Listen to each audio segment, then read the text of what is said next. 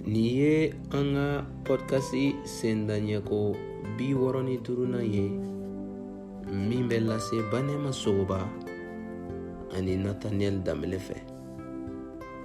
Bi juma marisi kalo tile 28 san 2025 an ka yɔrɔ kalanta bɛ bɔ Deutéronome la.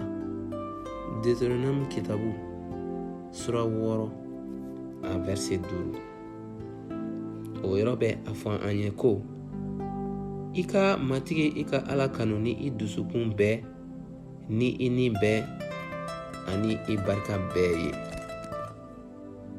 Ala kanuya man ka kɛ kanuya tɔ ka jɛ ye walima kanuya sababu ma. A kan ka kɛ kanuya dafalen de min an dusukun, an ni ani an barika bɛɛ bɛ kanuya min na.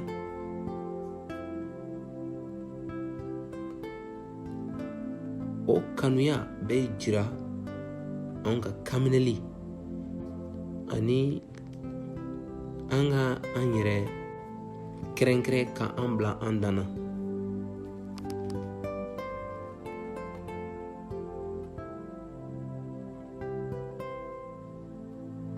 Ani an ka nɔrɔ Ala ka kuma la.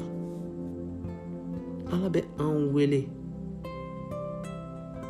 ka jɛɲɔgɔnya sɛbɛn ani jɛɲɔgɔnya dunlen kɛ ani ale Ala fɛ.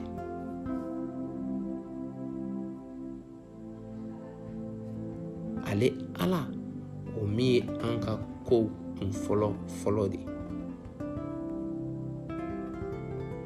Bi an ka an cɛsiri ka Ala kanu dafalenya kɔnɔna na ka sɔrɔ an ma an yɛrɛ minɛ fiyewu. Ka Ala ka a ɲɛda ɲini delili fɛ, ka a ka kuma kalan ani ka ɲɛnamaya kaminɛli a ka kuma kaminɛli fɛ. Jijali ye nin ye ko an ka Ala kanuya ka mɔ ani ka kɔrɔ don o don, ani a ka ye anw ka kɛwalew la. An ka kɛ Kirista ka kanuya seerew ye anw ɲɛnama. Nin laseli kɛra ka bɔ Delivery par Christ yɔrɔ ka kibaru duman fɔ ni dɔnkili ye.